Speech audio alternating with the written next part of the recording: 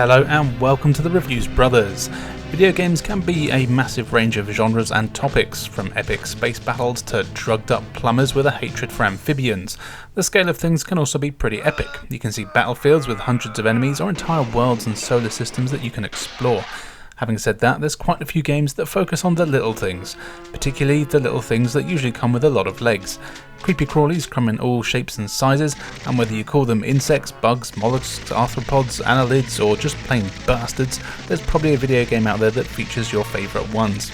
And with their admittedly creepy nature and looks, they are often enemies in games. But what about the ones that let you play as the fascinating creatures?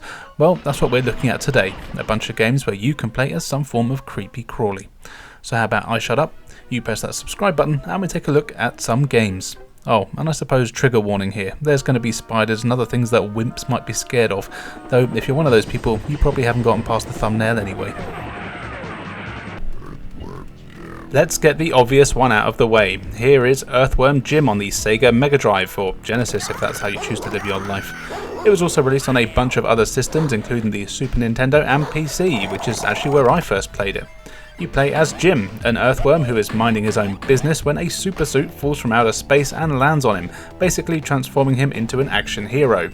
With his new powers, Jim can run, jump and climb, as well as use his own wormy body as a whip, and his suit even came equipped with an awesome machine gun.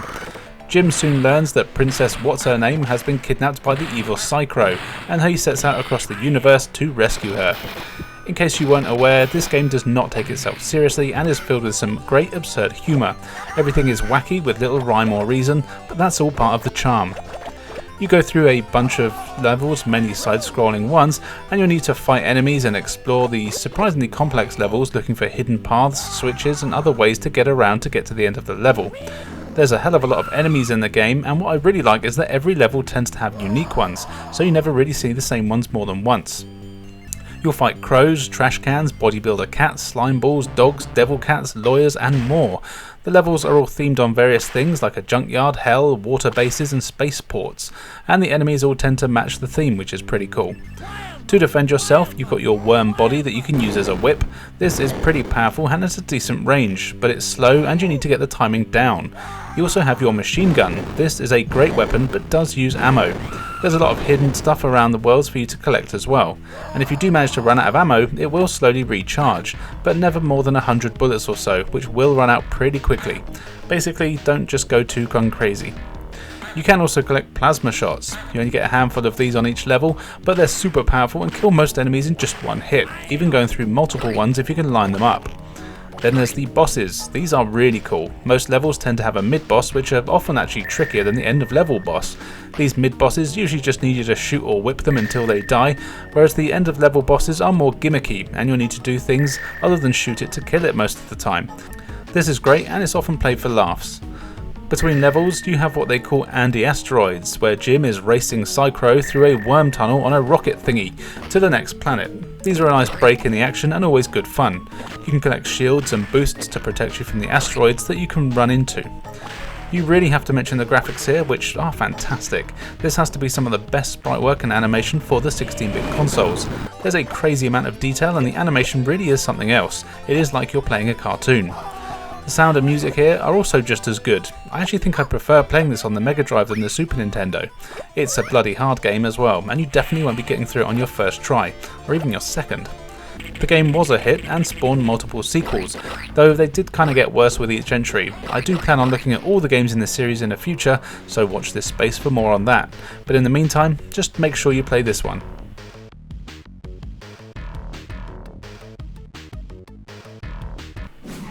On the subject of worms, here is Worms 2 Armageddon, and I'm playing on the Xbox 360. I've been a huge fan of the Worms games ever since I played the first one on my PC way back when it was released. In terms of the game here, there isn't really a story here, other than there are teams of worms that want to blow each other to bits. It's a turn-based strategy game, and in this version you can create a team of 4 worms, and then all you need to do is choose up to 3 other teams and fight against them and take it in turns to attack each other, with your goal being to be the team with at least 1 worm left at the end. It's simple, it's fun, and it's damn addictive. The way it works is that once you've chosen your team, you then choose a few options for terrain, like the size of the battlefield, whether you want it to have walls and a ceiling, and also the theme. The theme is the only thing that doesn't really affect how it plays, that's just about how it looks. Having walls or ceilings can make a difference to the gameplay though. Once you've got your level sorted, it is randomly generated, meaning no two games take place on the same stage. Your worms are then randomly placed on the map and off you go. On your turn you've got a limited amount of time, usually up to about a minute, to move your worm around, choose your weapon and blow the other guys to bits. The worms are pretty nimble though and can slither around as well as jump either forward or do a backflip, which makes them jump higher and is essential for getting around the map. You do have to be careful though, as fall damage is a thing here, and if you fall off of something you'll hurt yourself and end your turn. There's also water all over the place and worms can't swim. The weapons are all really what we need to talk about though. There's more than 40 to choose from and they range from pretty useless to absolutely devastating, and there are some that are deliberately thrown in for you to embarrass your friends with, like the prod. And it's important to know that the levels are completely destructible, so you can blow massive holes in the environment as you play, and it will change drastically throughout the course of a round. You've got a bazooka, grenades, homing missiles, airstrikes, napalm strikes, molotovs, chain guns, shotguns, Uzis, just to name a few of the standard weapons. They all have their own attack properties, strengths and weaknesses. Some weapons have unlimited uses, whereas others you can only use a couple of times throughout the game, though a lot of this can be changed in the options. For example, the bazooka fires in an arc. This is based on the angle you aim it and the power that you choose and the wind that is blowing. It does pretty big damage but can be hard to use at a distance and you run the risk of hurting yourself. The shotgun always does 25 damage with a direct hit and you get 2 shots with it. This is great for attacking 2 enemies that are on low health. The Uzi and chain gun are rapid fire and push enemies back quite a lot, and you can aim while firing them to make sure you get maximum damage, things like that. You also get a few handy items like a ninja rope that's great for getting around levels, letting you swing around like Spider-Man and even drop bombs on people's heads from above. I highly recommend getting used to this, partly because it's really bloody fun, but also because it is kinda damn helpful. You also have a jetpack and teleporter that do exactly what you'd expect, and you've got a drill and a blowtorch that you burrow into the ground, making a more defensive option. There's even girders to block your head. Then you have the crazy weapons. Some of these have to be unlocked, and as you play, crates will be airdropped in containing random weapons. There's a sheep, which is just a sheep, but it runs and jumps and eventually explodes, doing massive damage. There's a homing pigeon. With this you choose your target and it's a guaranteed hit. There's a banana bomb, which is a bouncing cluster bomb that does huge amount of damage, and the holy hand grenade that will destroy massive parts of the level. Then there's the concrete donkey, which sees a huge donkey made of concrete fall from the sky and literally destroy an entire portion of the level. You can take out an entire team of these with a well-placed attack. It's crazy and just so much fun. Of course, this is really a game that's meant to be played with friends, and really is a game you could spend hours just blowing the crap out of each other with for hours and hours and hours. It's also a game that anyone can pick up and play. Experienced players will usually have the advantage, but I would say they probably won't always win. It looks great with some charming cartoon graphics, packed with personality, and the sound and voices are great without being annoying. I do have to say that, much like Earthworm Jim, it tends to be the earlier entries of the series for me that are better, and any modern Worms games just try too hard to add things, and of course they do the whole monetization bullshit. But if you can play one of the early games, then you really should. They're available just about everywhere and well worth a look.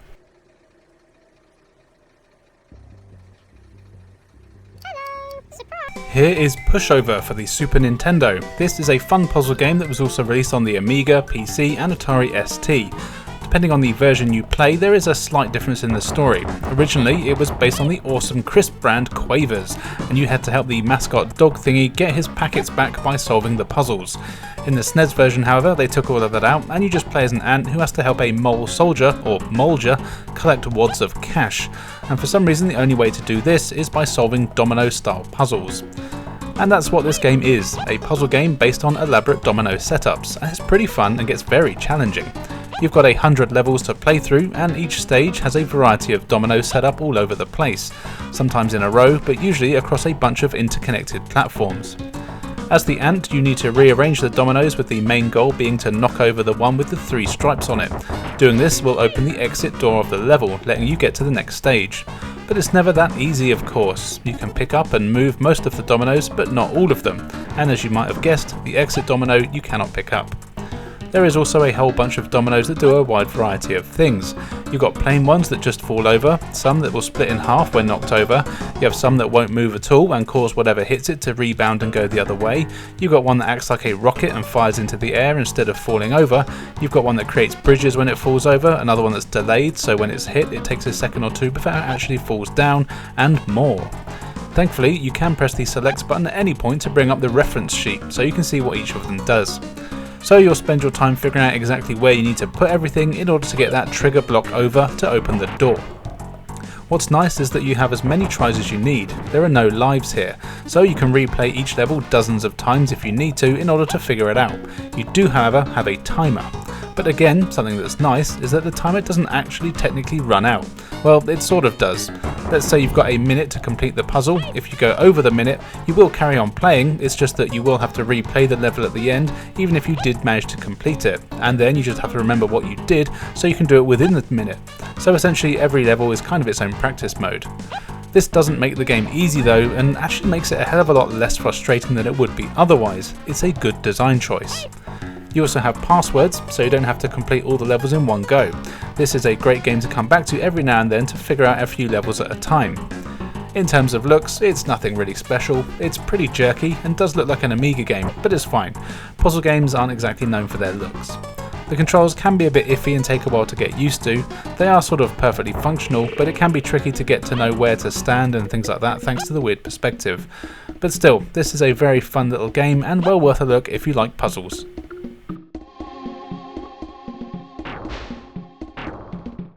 Here is Clid the Snail on the PS4, and that's Clid with a D. You are Clid, a warrior snail stuck in the middle of a war between a bunch of small animals. You are exiled from your colony for favouring violence and guns rather than peace, so you set out on your own, meeting a variety of other like-minded creepy crawlies, as well as mammals and reptiles that want to put a stop to the evil moles and slugs that are being dicks. The game is a twin-stick shooter, with one stick being used to move and the other to aim. There's no camera control here. You explore a bunch of environments in the top-down perspective, and you have to fight off hordes of creatures from anthropomorphic slugs and beetles to lizards, bats, rats and more. The game has a really cool style to it though. It doesn't explicitly say so, but it's clearly set in the real world, but presumably after some sort of catastrophic event, as you frequently come across things like cassette tapes, clothes, headphones, SD cards and other things that people would have used, as well as the odd dead skeleton. These tend to only be in the scenery though, and while you are sometimes tasked with finding things like an SD card so your back friend can fill it with music, it's more just there for world building and it's pretty cool. All the creatures have been given human characteristics, so even though you're a snail you do have arms and legs, as do most of the other creatures in the game that wouldn't normally, and most characters walk upright as well. Don't think that just because you're a snail though that you're a slow ass. Most levels see you following a fairly linear path, but there are plenty of puzzles to solve, many to open doors or pathways so you can carry on in the level, and of course you'll be doing a lot of shooting. There's a few weapons you get along the way. You've got a laser gun as your default weapon, but no melee attacks. You'll also get access to shotguns, machine guns, flamethrowers, grenades and that sort of thing. They all work as you'd expect and you'll soon find your favourite, but your laser is the only one with unlimited ammo. You will meet a merchant who appears every now and then. This is where you can buy new weapons and items, and you've also got a hub base which you find not long into the game, and there's various people here, or animals I should say, that will help you power up, getting more health, stamina and some even more better weapons. You also have shell powers. These are essentially your magics. Depending on the shell you have equipped, you can use ice magic, fire magic and so on to use damage to enemies and give yourself buffs. So while the gameplay isn't particularly original, it does play a lot like most of these top-down shooters. That doesn't mean it's bad, and it does play pretty damn well. It does have a few issues though, mainly the enemies, which are all pretty damn dumb, and they basically just run at you, so as long as you can walk backwards and shoot forwards, you tend to be fine. And it can sometimes feel a little slow to get going, but that's also partly deliberate, as the game does have a pretty somber feel to it. I really like the graphics here, but there is a strange blurriness to a lot of it which can make things hard to pick out. I feel like it could be a lot sharper, but I have to say I really love the setting and designs on everything, and the environments are really cool most of the time, as are the characters. But still, I like these sorts of games, and it's one of those games that's always on sale for just a couple of quid, and it's well worth the low price if you can get it.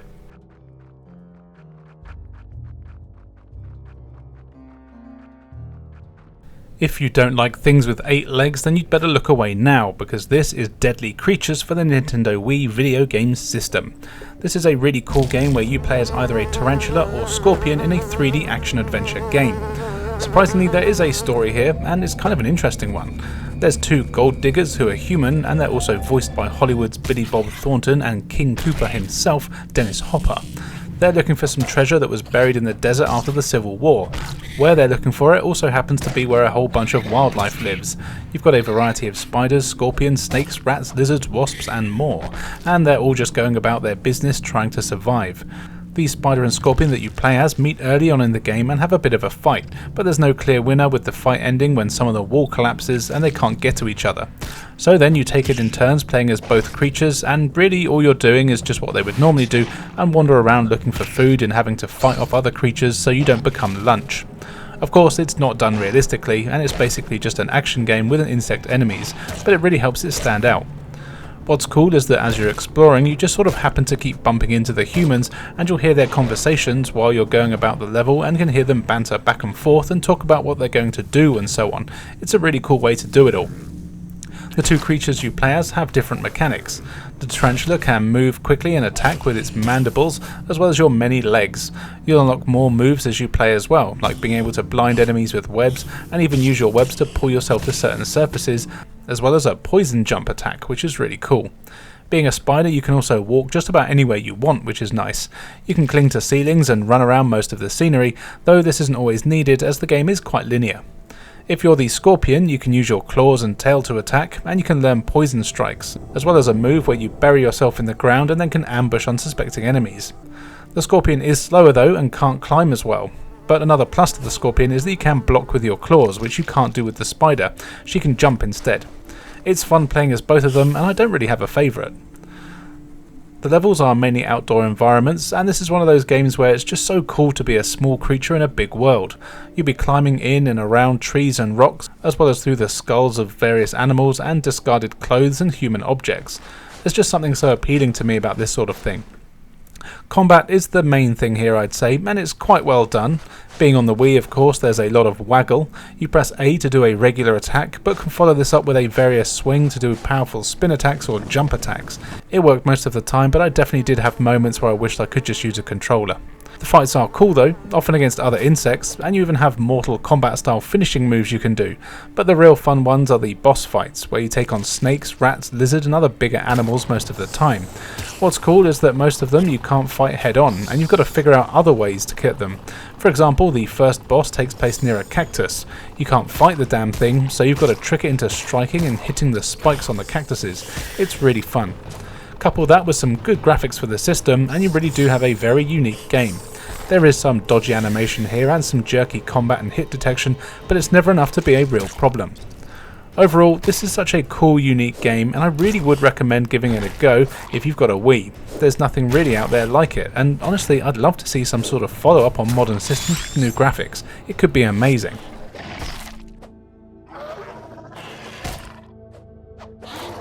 Mr. Mosquito for the PlayStation 2 is an interesting one. You play as a mosquito in a family home, and your only goal is to suck as much blood as you can without getting squished, sprayed or electrocuted. You've got a series of levels to go through, each of which takes place in a different room of the Yamada household. You have to then just suck the required amount of blood as quickly as you can, but it's not as easy as you'd think. Blood can only be taken from specific parts of the body, and often only at certain times when it's exposed. So while early levels will see you being able to quickly and easily get the blood, later ones will require a bit more of thought. To get the blood, you'll need to get close to the human, and then you'll see a red box appear. This is where you can get the blood from. Once you've found it, you'll need to get closer without being spotted. Eventually that red box turns green, and you can hold the circle button to come in and land. Once you've done that, you press R3 to start sucking, and then you've got to rotate the stick to keep your marker in the indicator to suck blood. Be careful though, if you get it out of the marker, then you'll cause the person to itch, and then they'll probably crush you. One hit and you're usually dead. If you're spotted at any point before sucking the blood, then you go into a battle mode. In this mode, they'll use all sorts of nefarious means to try and swat you. Sometimes just punching or kicking, but other times they'll have sprays or all sorts of things. When this happens, pressure points appear on them, which you have to dive bomb to calm them down till they forget about you. These bits are fun, and it can be tough to aim yourself though with the twitchy controls. You can also explore every room that you're in. This is often worth doing to find hidden health, extra lives and capsules to store blood in. Doing all of this earns you extra bonuses like more health and colours that you can use to play around with your appearance. Something that's cool is that in later stages you'll need to meet certain conditions to be able to expose the sexy skin you need to suck. Also, around the rooms that you're in, which range from bedrooms, bathrooms, the kitchen and so on, you'll find various items that you can interact with. For example, the person might be sat down and you need to hit the light switch to get them to stand up and turn the light off, thus exposing their legs. Or you can make the phone ring, turn the stereo on and things like that to cause distractions and force them to move around. It's pretty cool. It actually gets quite challenging and does have a light puzzle element to it, as you might need to do things in a certain order. It's not the hardest game out there though, and it's also not too long, being beatable in about 3 or 4 hours. But really, for a game like this, what more do you want? It looks decent enough with some very PlayStation 2 graphics, and again, I really love being a small creature in a large world. The rooms are quite boxy though, and the animation on characters is a bit stiff. But the game is mostly played for laughs, and it's all good. The cutscenes are fun to watch, with the family getting more and more annoyed about the fact that they're covered in bites. Unfortunately though, this is one of those games that's pretty expensive to buy, so if you do want to play it, you might want to play it any way you can, like me.